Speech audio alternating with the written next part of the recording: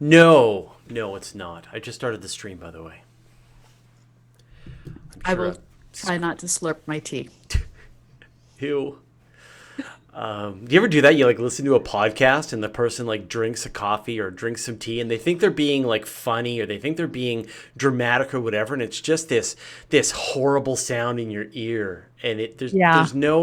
there's no way like like maybe if you got video and then you can see it and then there's like some kind of overall thing, but if you just like listen to it on a podcast, it's just gross. That's all Yeah. there is.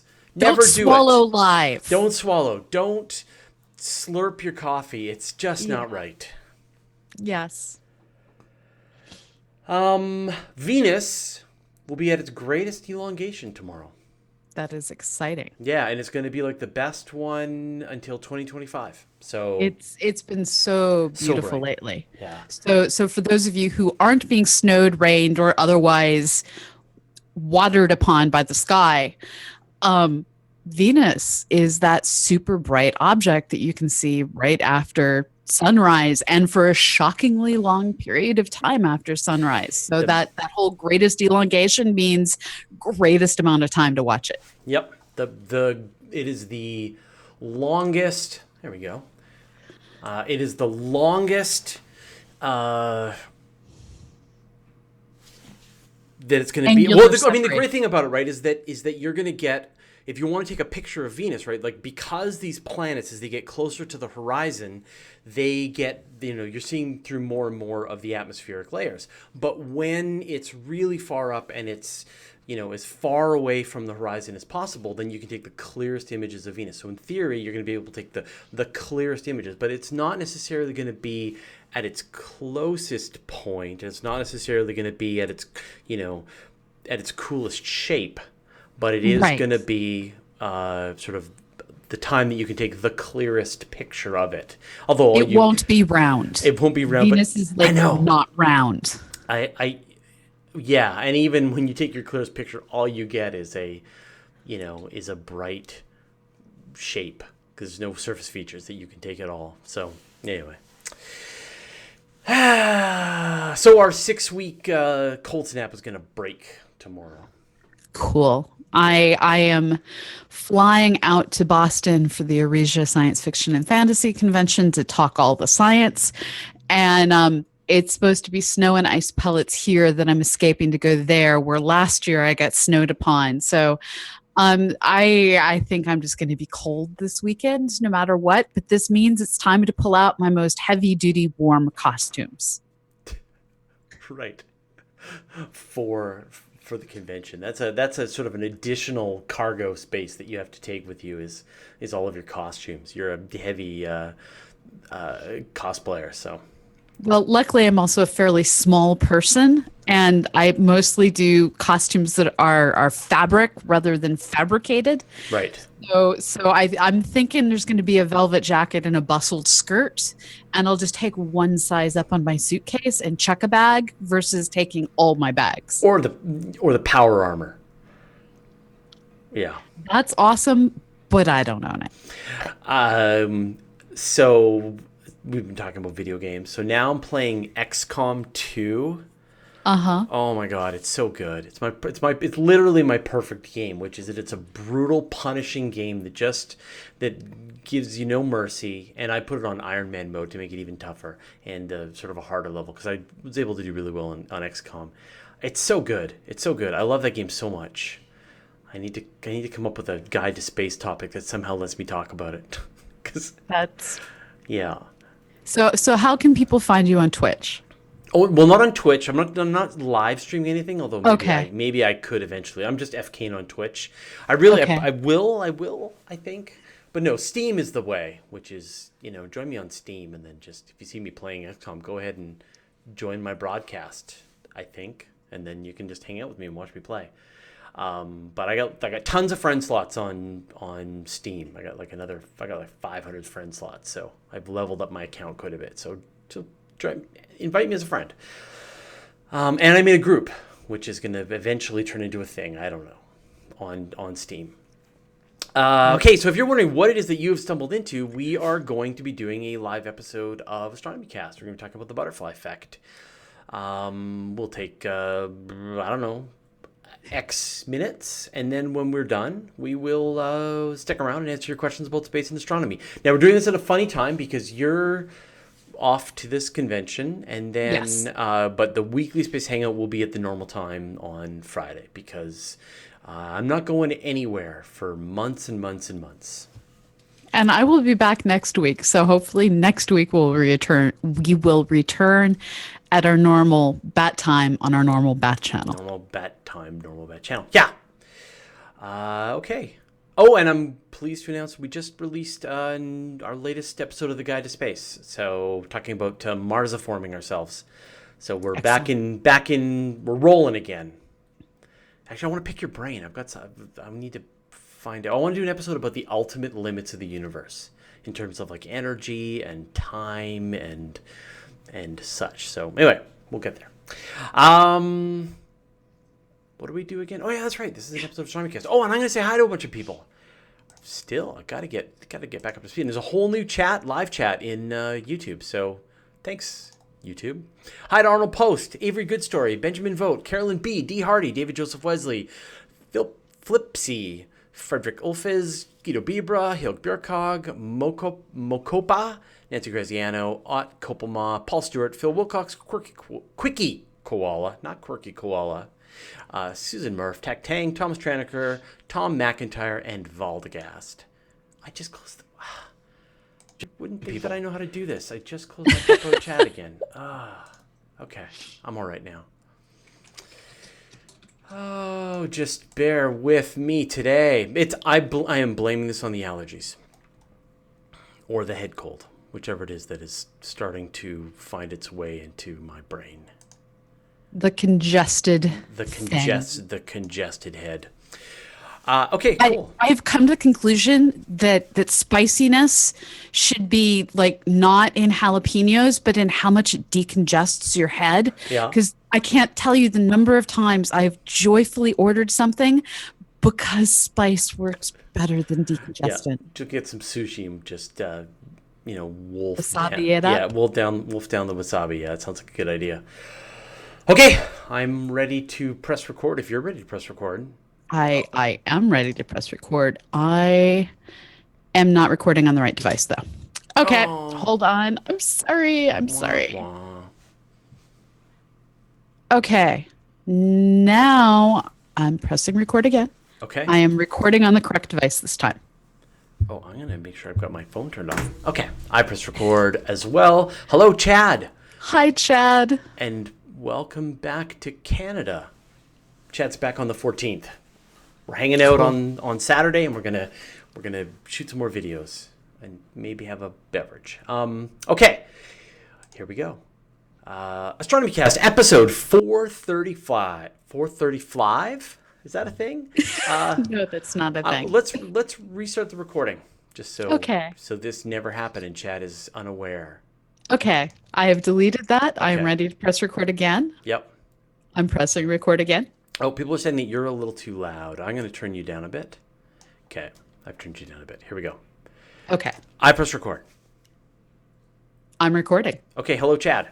Hi, Chad. Here we go. Astronomy Cast, episode 435, The Butterfly Effect. Welcome to Astronomy Cast, our weekly facts-based journey through the cosmos, where we help you understand not only what we know, but how we know what we know. My name is Fraser Cain. I'm the publisher of Universe Today. With me is Dr. Pamela Gay, the director of CosmoQuest. Hey, Pamela, how you doing? I'm doing well, Fraser. How are you doing? Great. Tell us how they can donate. So some of our avid listeners noticed that we stopped having a donation link for a little while, and we weren't mentioning it at the end of the show. Well, that's because we've been in the process of migrating Astronomy Cast from Southern Illinois University via Astrosphere New Media, which was a stopgap measure, over to the Astronomical Society of the Pacific, which is going to be the new home institution for CosmoQuest, for Astronomy Cast, for a whole lot of really good things. And you're going to be hearing more and more about that in the coming weeks. But for now, please go over and donate so that we can pay Chad and pay Susie and all that sort of stuff, because since we didn't ask for donations for several months, we're kind of poor right now. Please do. Yes. And I think that will, what you just said, and we'll give more information, will validate a whole bunch of people's conspiracy theories. So so small changes can have a big impact. Can a butterfly's wing beat in the Amazon really impact the weather halfway across the world? And where do small changes have no impact? Okay, this is a Pamela topic, but of course I'm totally on board. So why don't you give people sort of an explanation or a description of the butterfly effect, if anyone has never heard of it before? So the butterfly effect is this idea that if a butterfly flaps its wings in New Mexico, a typhoon will form off the coast of China. And that the entire reason that that typhoon ends up forming is because of the impact that that simple difference had on the atmosphere, and that hurricane typhoon would never ever have occurred without that minute tiny change to the starting parameters of that moment in time. And this is part of this idea of chaos theory, and we're not going to go into the whole concept of chaos theory for two reasons. One, it's not your specialty, and two, it's a bottomless rabbit hole and some really great books. But I'm going to go on a complete side tangent here for a second, which was, do you remember there was like a book, or maybe it was a short story?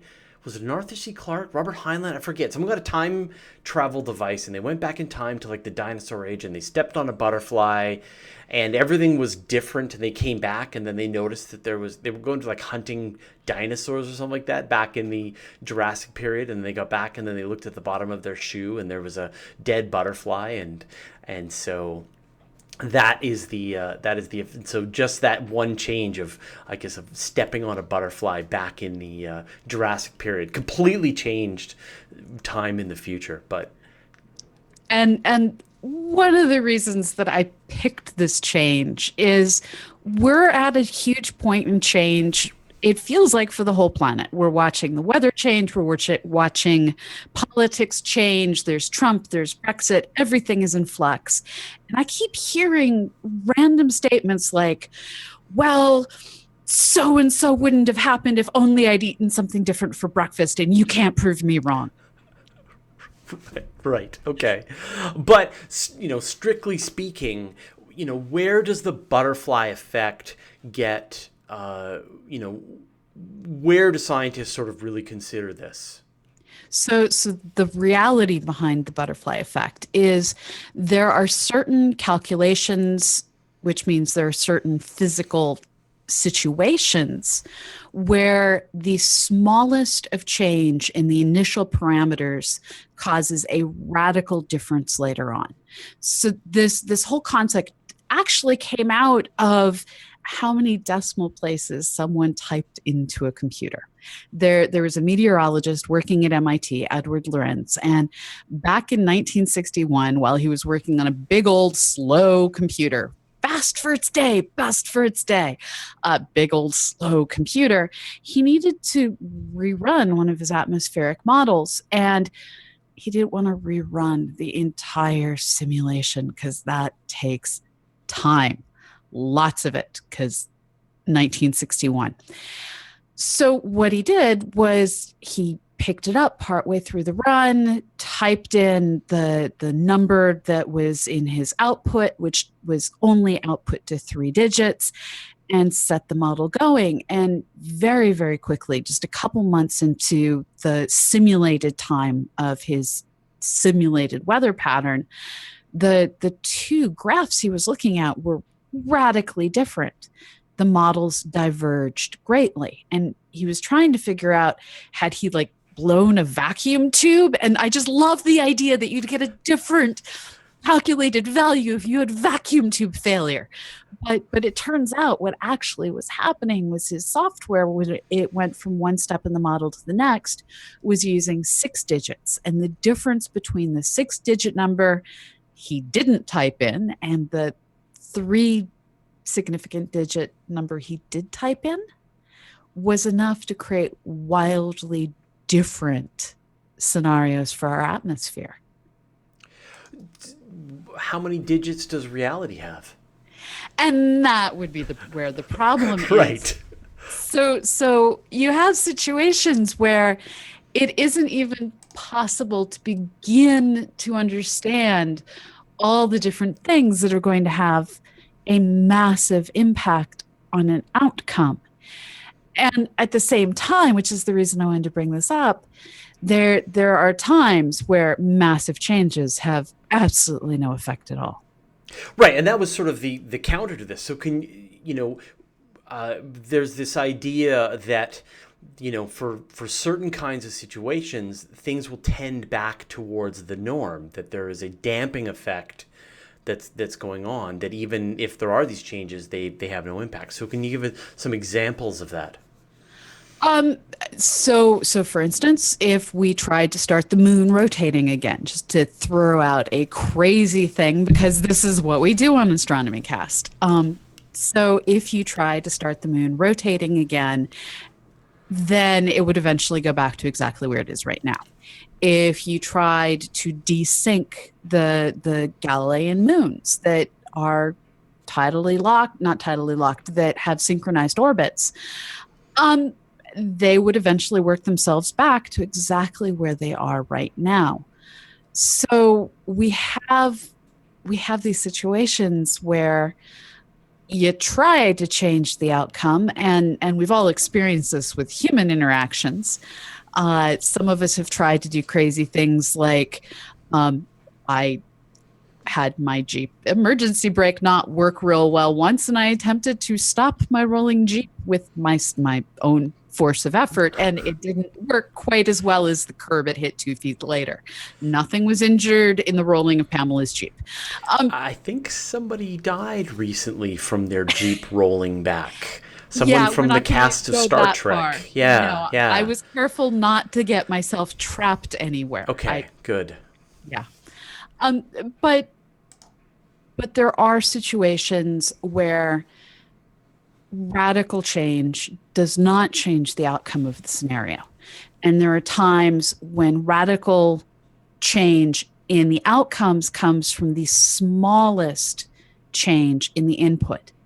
And this is where, when we're trying to understand various scientific ideas, if we're trying to model, for instance, the origins of our solar system, we need to run the model in a variety of different ways. This is where we talk about Monte Carlo simulations, because if there's a simulation where there's no preferred outcome, we have no way of figuring out what is going to happen. And if there is a model where only one of a million different scenarios gets to our particular solar system, it means that we may not be able to cleanly say this is how we got here, because maybe there's another scenario that also has one outcome that gets us to where we are right now. Well, I think there's a couple of examples where this has worked out quite significantly, and I think one is talking about orbital predictions. Right, you're looking at the future of orbital trying to figure out the future of where these objects are going to be. And a great example of this is, for example, the close flybys of asteroids, potential impacts of asteroids far in the future. There are a ton of tiny influences to these asteroids. There's the influence of the gravity of Jupiter, there's the pass of the Earth and the Mars, and then the shape of the object. And over time, the noise gets bigger than the prediction, and so then it's literally the future of this object is in a fog. You just don't know. And what's amazing with situations like this is it is so complex and so easily changed that with the specific example of asteroids, we're at the drop of white paint long term has a massive change because it changes the reflectivity of the object. All of these changes add up over time. And because there are so many different things, the outgassing of volatiles trapped inside the asteroid, the differences in exactly the angle at which it's rotating, which will cause differences in where it gets illuminated. Slight changes in all of these things cause the forces that are imparted on it from solar radiation, from change in momentum, from light bouncing off of it, all of these things to, well, change its orbit. And so I think, if you're a researcher who's observing asteroids and it's your job to predict whether or not the Earth is going to be safe from an asteroid impact anytime in the future, and whether we need to send a bunch of plucky, deep oil drillers to the asteroid to, I don't know, whatever they do, Bruce Willis said, what, where will your models fall apart? What is the sort of the limits, and how do scientists deal with the limits of what they can predict and what just enters into uncertainty realm because of this butterfly effect? It really depends on how rapidly the system is evolving. So, for instance, a completely rocky asteroid, metal asteroid, something that is not outgassing, we can predict that if it has no close encounters with large objects like Earth. We can predict that for a long period of time, thousands, tens of thousands of years, depending on just how isolated it is. But something like a comet, which has all sorts of outgassing going on, all sorts of unknowns hidden deep in the coma, it gets a lot harder to predict. This is what makes the reading of the book Lucifer's Hammer, which has a lot of issues, but the science is good. So ignoring the issues, the science in it is based on this whole, we don't know what happens when a comet passes close to the sun because it could fall apart, it could keep going. We don't know what crust is in there. And each of these things can have its own effect, and all of these things can, well, snowball together to either cause life or cause death. And I think one of the other big examples, that's my favorite example, is just the difficulty of predicting forward. But the other one is looking back and trying to understand the way the universe, the evolution at the largest scale of the universe over time, how we got to where we are right now. And this is this idea that astronomers, cosmologists go back, look at sort of the basic constituents, what was in place in the early universe, and then try to understand and replicate the structures that we see today. And same thing, tiny little changes make dramatic impact on the nature of the universe that is simulated. And what gets me is how much this factors into things as fundamental as how the heck did our moon get there? Because it could have been, depending on the angular momentum of the incoming system, it could have been all of these small changes, in this case, all lead to the same result, a moon. So you can have all sorts of different catastrophes that are radically different, lead to the same outcome. And this is another kind of rabbit hole, but this idea, the idea of future civilizations running ancestor simulations, right? That they're going to go and run the history of the universe again and again and again and again to try and get a version of the universe that kind of matches the one that we find ourselves in today. And we're taking our first really basic examples of it, but there's some pretty great simulations of the universe now that have replicated the large scale structure of the universe to a level of accuracy that you really can then turn around and go all the way back to the beginning of, the earliest stages of the universe and match it all up. So I think one of the other really big ones that we're dealing with is climate change, right? Of the changing weather patterns in the Earth. And again, we don't know all the factors, and so it's super hard to predict the future, except it's going to get weird. And the way that I look at a lot of climate change things is at a certain point you have nice friendly oscillations in the weather cycle globally. And at a certain point the string on your pendulum breaks and things go flying off. Or another way to think of it is things are pretty steady state up until the point when you tip the system such that your state slides down.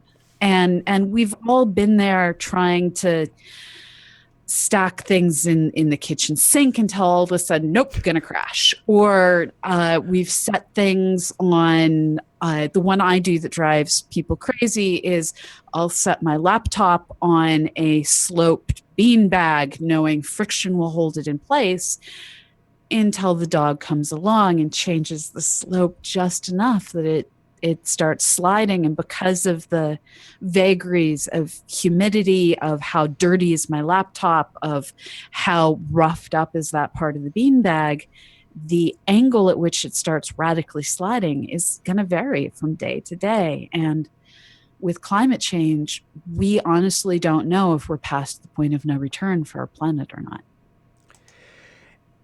Yes, right. And I think we also sort of don't know which of the factors that have been predicted. Like, we think about things like the Gulf Stream changing its course, which causes changes in ice levels in the Arctic, or release of methane, in these huge trap stores. Is that going to have some impact? Will these things start to cause an acceleration? And I'm going to give one more analogy, which I think is sort of similar. Is this, we've talked about the Lagrange points, and we did a whole episode about these, right? But you've got these two classes of Lagrange points. You've got the ones that are stable. They're like the bottom of a valley, and if you roll a boulder into it, it's going to sort of go back and forth and end up at the bottom of the valley. And you've got the ones that are unstable, where they're sitting at the very top of a mountaintop, and if you give it just a little bit of a push, it's going to roll down and move out. And so you've got some objects that you can place in some of the three Lagrange points that are lined up with the two bodies, and then the two that are perpendicular. Those are stable, and you've got just these two situations, and you kind of almost don't even, in some situations with some of this science, you don't know which one of these cases you're in. Are you in the one where the small changes revert back to the norm, or are you in the one where the small changes will accelerate and sort of compile with each other into territory that was never predicted by your models? And one of the things that's important to remember is there is a difference between being at an inflection point and the butterfly effect. So for instance, it could be that you're at a point where a minuscule change to the left, no change at all. Whole outcomes are going to be absolutely unchanged. Small step to the right, massive change. So to use a completely exaggerated, interesting to middle schoolers example, we know that the temperature of the Pacific Ocean has deep impact on weather patterns and huge effects on the rain in California and in Africa.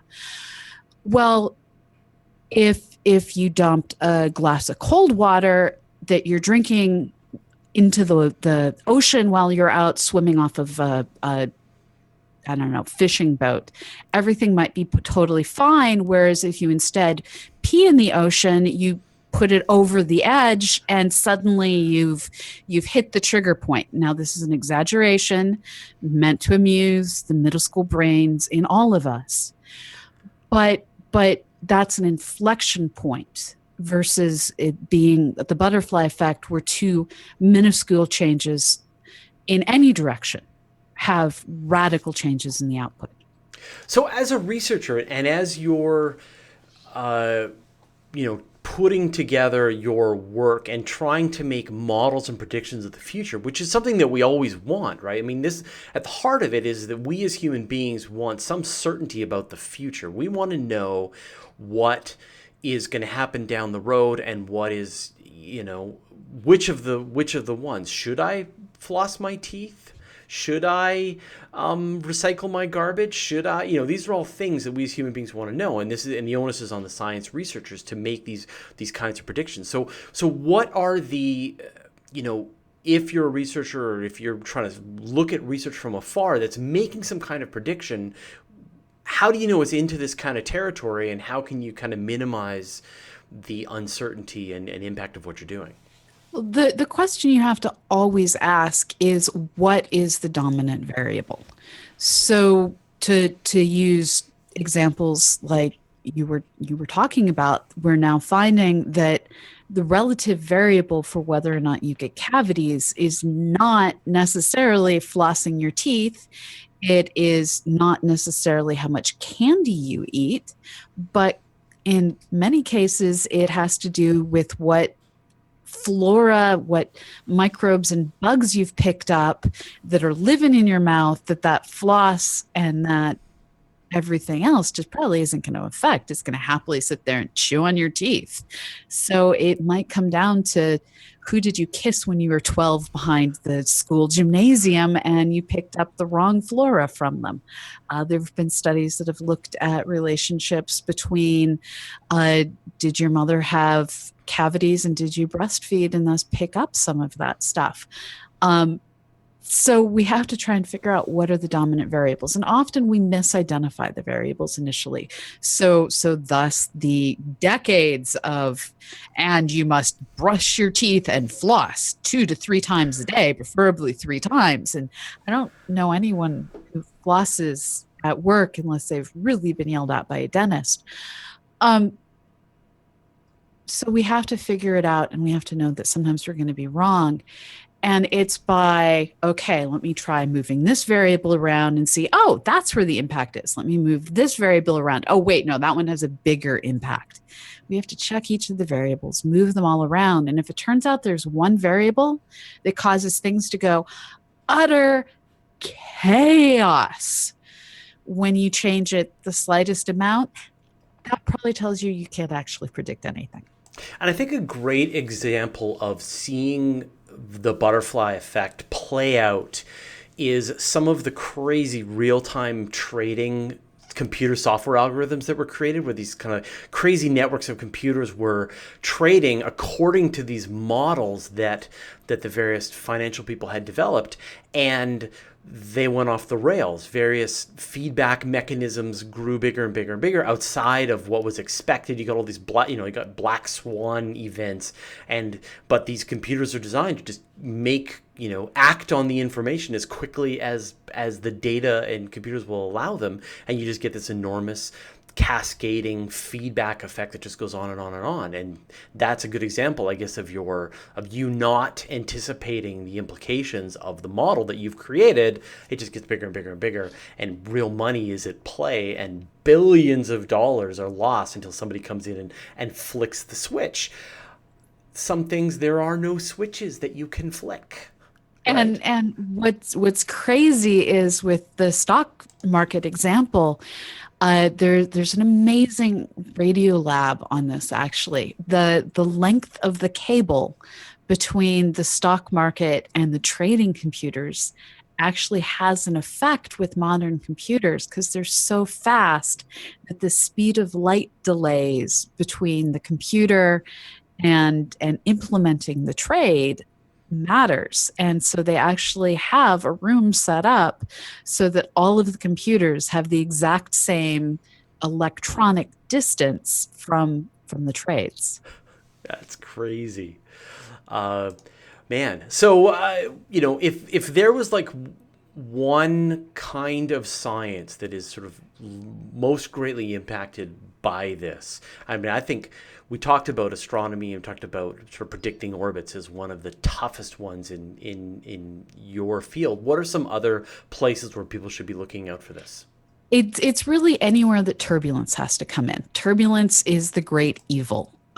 So this is where, for instance, if you have a single hair on a otherwise completely smooth surface, that will change the airflow across that surface. That will introduce turbulence into the airflow and radically change where a couple of the atoms in that airflow end up. And then that trickles down and those things hit other things and you have collisions, and that's a small situation that may not actually have much of an impact beyond a closed room. But turbulence in general, it literally changes the flow.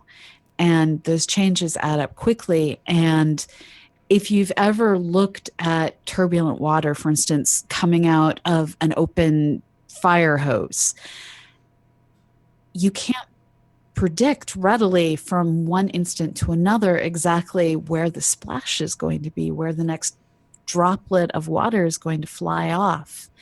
And it's that turbulence, that flap of the butterfly's wing that sends the air molecules, the water molecules, the flowing molecules, whatever they are, into a slightly different direction.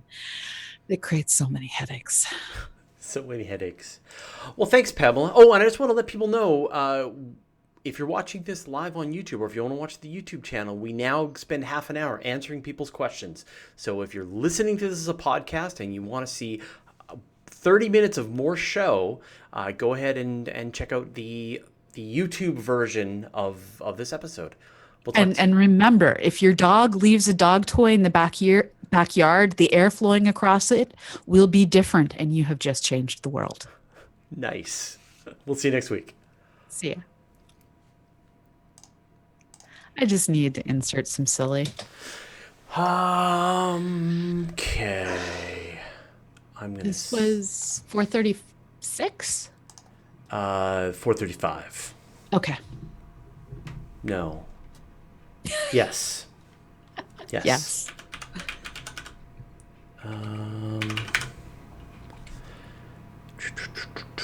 Maybe it would be a good idea to do a whole episode on chaos theory, but I just, whenever we push into people's deep specialties, we just get yelled at. Well, and it's also one of those things that people like to go down that rabbit hole and become shouty about. Yeah, totally. Okay, I'm going to ask you a question. Okay. If you, I'm finished saving. Are you ready? Yeah. Do you think that it is theoretically possible to have perfect information? No.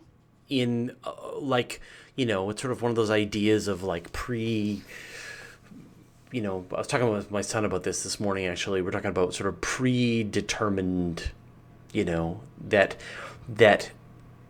are the impacts, if the way the universe unfolds and the gravity and all this are just the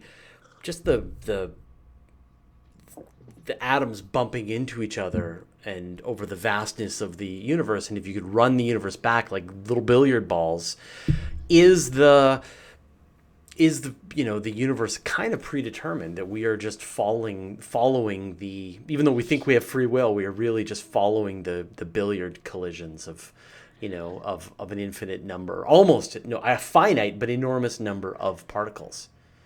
I don't know if we can thoroughly answer that. And one of the things that intrigues me is if you're on a bus that uses two different motors to drive the windshield wipers, you'll see that the windshield wipers will seem to get out of sync over time and then get back into sync over time.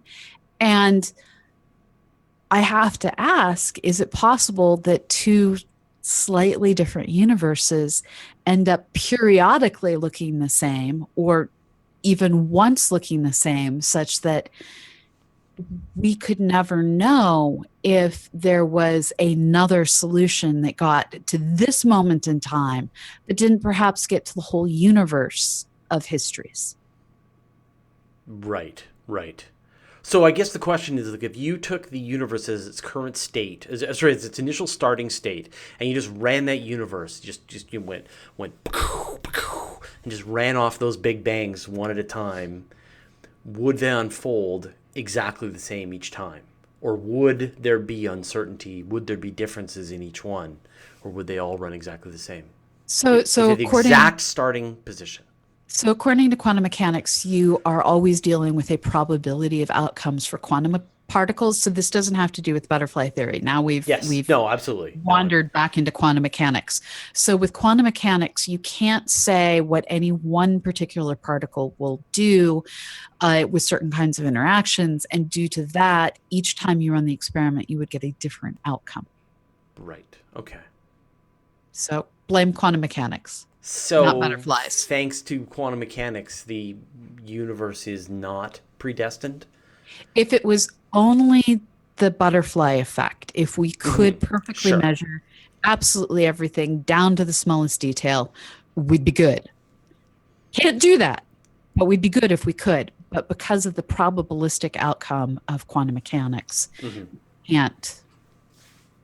Yeah, I At, mean, weather forecasting is a great example, right? Like the quality of our weather forecasting has gotten significantly better over the last couple of decades because the models have gotten better. They've taken in better data, better understanding of the kinds of implications of that, and so weather forecasting is, because remember, it used to just be worthless, and now it's not bad, you know. right.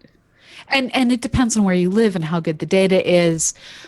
And what gets me though is even there, how small things can end up having a massive effect. When I was in Austin for graduate school, the barn where I kept the horse I had in graduate school was up against a couple 100-acre park. There was a small creek through the back. It had been there for a lot of years. The community had had horses there for a long time. And a few blocks away, they built a brand new subdivision. Town was expanding, and there was a large rainstorm after they built the subdivision that caused what looked like a 500-year flood, but was actually a new, every time you get a big rainstorm, every 5 years flood, because they changed the drainage of the system. Right.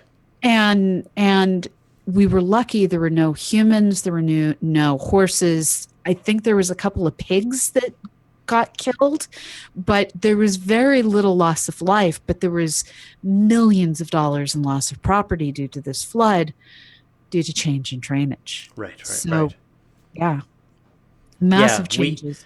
it's funny how often you hear people having 100-year floods. We just had one too. Yeah. And you're just like, wait a minute. Well, we also changed the atmosphere. So, Well, yeah, and we are suffering from climate change. The yeah, weather patterns are changing, and so we are getting things that wouldn't have happened before. right. But at the same time, we've had record cold for the last 6 weeks. It's one of the coldest winters on record here on the West Coast since, I think, the 1940s, since they started doing records this accurate. So anyway, okay, I got a question for you. Francisco Alves wants to know how far away are we in harvesting dark matter? No. There's no answer to that, because all we can say right now is it's primarily collisionless non-baryotic particles, and we don't even know how to harvest neutrinos. We just know how to detect them now and then. So can't get there from here yet. Right. But as you said a lot of gibberish there about small cross-sectioned baryonic particles. Yeah. Based on the gravitational lensing studies that have been done, we're very certain that dark matter is not wacky gravity. That it is some kind of particle. It's stuff. And based on the way galaxy clusters collide and the dark matter doesn't seem to pile up, the dark matter just passes through itself. It has a very low cross section. It has a very small. If it's a dark matter is a ball, that ball is very small, so they don't kind of bonk into each other and crush into it. That is the beginning and the end of what we know. It is stuff that has a very small cross section. Yeah, that's about it. That's it. And stuff that has a very small cross section is very difficult to catch. Yes. So, especially because it doesn't interact with electromagnetism at all. So it doesn't generate energy or light. You can't put it into a magnetic field. It is, just gravity, only gravity. All of our normal ways for Yeah. trapping particles, it defies. Apollo's ghost says, but what will be the point of harvesting dark? Well, we don't know what the point of harvesting dark matter would be. It might be great. It might be the best thing ever, right? It might be used to power your spaceship, a la Futurama. We don't know. Peter Wolf asks, is it possible, as Elon Musk thinks, that we might be part of a simulated reality? Is it possible? Yes. Do I think it's probable? I think we don't have enough information to say whether it's probable or not. And I would much rather go with this is the only life we've got and it's a real one than this is a simulation, so I can be a mean, nasty, awful human. Well, but either way, right? I mean, if you're living a simulated life, you may only get still this one simulated life. So still make your simulated life as good as it can be. Yes. Right. But and hope the power doesn't go out. I mean, I did a whole video on this, so go ahead and check out the Universe Today channel. Are we living in a simulation? It's super fun. The sort of the thought experiment is fun and troubling, but at the end of the day, the answer to this, like too many things, is murmur, and you can't know. Probably can never know the truth, the answer, and therefore you have to live your life as if it's not true until evidence proves otherwise.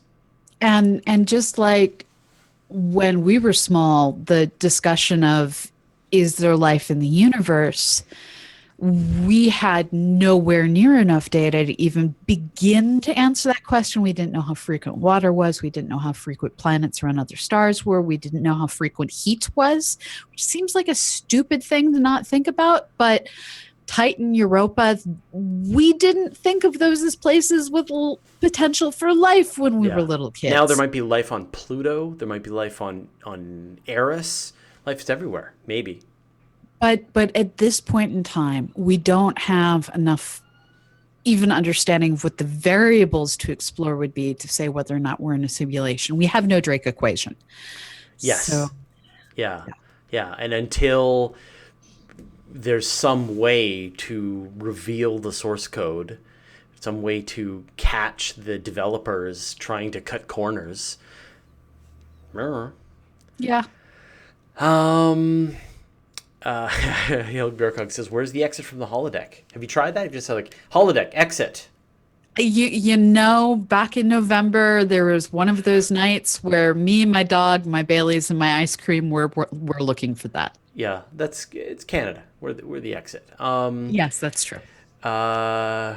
David Joseph Wesley wants to know, where does the scientific community currently sit regarding the probability of different choices branching off into different universes? The many worlds theorem. I don't think you can say that we have any unified opinion on it right now. I think that it seems to be a natural way to explain the apparent fine-tuning of a lot of stuff, but I am uncomfortable saying that the scientific community as a whole has an opinion either way beyond it is a possible scenario. Although it seems pretty weird that you are literally generating a new universe every time something changes. Well, so this is where we start to get into multi-world scenarios. Yeah. So there's the Oxford's many worlds interpretation of quantum mechanics, which says that the universe splits every time a decision is made. I'm pretty sure most scientists are like, nope, we don't have proof. Yeah. But I think most scientists are like, nope. Yeah. We're more into the whole Copenhagen interpretation. But then there's also the multiverse concept that there is a background bubbling froth of quantum stuff, foam, whatever, from which pocket universes are constantly bursting forth with different starting parameters, different starting constants, such that the fine fine structure constant varies from one instance to another, creating completely different universes. Gravity varies from one universe to another, creating completely different universes. So that multiverse interpretation is one that makes a lot of things make it removes the requirement for fine tuning from our universe. Right. And it's extraordinarily uncomfortable from a purely scientific standpoint to say our universe appears to be fine tuned for life, and we can't identify underlying physics that requires that. Because if there isn't underlying physics to require that, and if there aren't other universes, then we're down to luck and God. And that's a queasy stomach place to be when you want underlying physics or multiple universes, please. Well, the one that I like personally as a, computer scientist, is the serial version of it. So the universe big bangs and it runs for a nearly infinite amount of time, and according to quantum mechanics, over a long enough period of time, the universe is literally going to reassemble itself by accident into another big bang, into another singularity. And then that one's going to go off, and then it's going to run the course of its time, and then it's eventually going to get to the point where it reassembles itself. And these numbers are enormous. Right. To one followed by, I don't know, thousands of zeros. But what is a nearly infinite amount of time in the course of an infinite number of times. So you can imagine the universe runs with its terrible rules and then restructures itself and then runs with its terrible rules, and it does that quadrillions of times, and it gets one where the rules aren't so bad, and then it runs through with its not so bad rules, and then it reassembles itself, and then it's terrible rules again. And so we got that one little, and we don't know, because just like we as people, we don't remember a time where we can comprehend that there was a time before we existed, that we were seeing the world and experiencing the universe as a thing, and there will be a time after, when we are no longer experiencing the world, when we're dead. So I think that's fine. That's the one that I personally sort of feel most, all the pieces feel fine. And I really like Lawrence Krauss's universe from nothing argument, that if you just sort of take all of the gravity, the dark matter, the dark energy, you balance it all out, you get zero, which is nice. Yeah, David Joseph Wells just said the universe force quits and reboots, which I think is great. If only we could do that periodically. Yeah, no, I don't think you would want that. Even with the current political climate, you would not want a force reboot. Because then you might get gravity equals fish, right? The force of gravity equals blue. And that would not be helpful. Right? The force of gravity equals happiness. As long as I had less paperwork to do. You would have less paperwork, but you would have more fish. More fish, more frazzle work. So, El Bjorka is saying it's a perpetual motion machine. But then, of course, it doesn't answer the question, where did it get started, right? What was the first iteration of this serial rebooting universe? So, man, you're just going to get a headache. So just stop thinking. It's Eternals all the way down. Just stop thinking about it. No, I can't stop thinking about it. I love it. I love just going through the implications of it. It's super fun.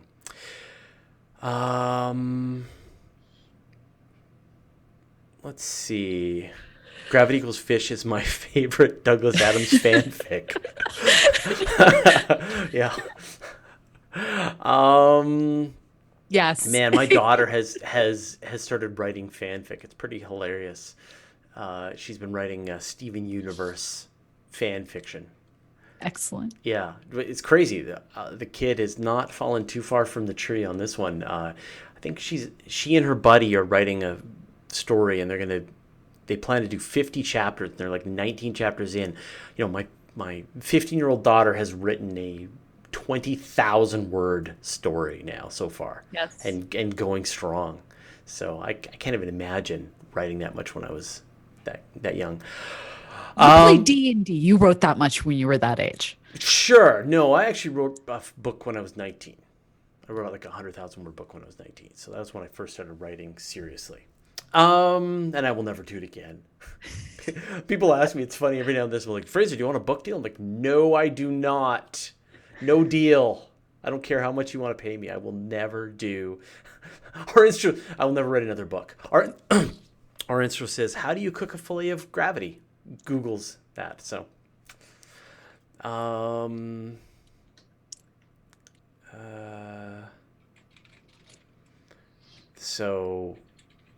Eric Schneider says, the universe as we know it exists because the parameters are what they are. It's not that the parameters just happen to be right. The universe is just a product of the parameters. Yes, I think that's what we're saying. The universe as it exists right now is a product of the parameters. Why aren't those parameters different? That's a head scratcher. Yeah. Except that we wouldn't be here to wonder why the parameters aren't different. So if the parameters were different, then nobody could wonder if the parameters were different. Weren't different. Anyway. I think we're reaching the end of the show. This show got weird. Yes. Gravity equals fish. Gravity equals fish. Yeah. I think David Joseph Weather just made that up. That's not an actual Douglas Adams fanfic. Now gravity equals blue, however, is recognized. Jim Meeker just popped in. Hey, Jim. Ellen DeGenerate wants to know, can we get a universe where everything is green if we reset enough times?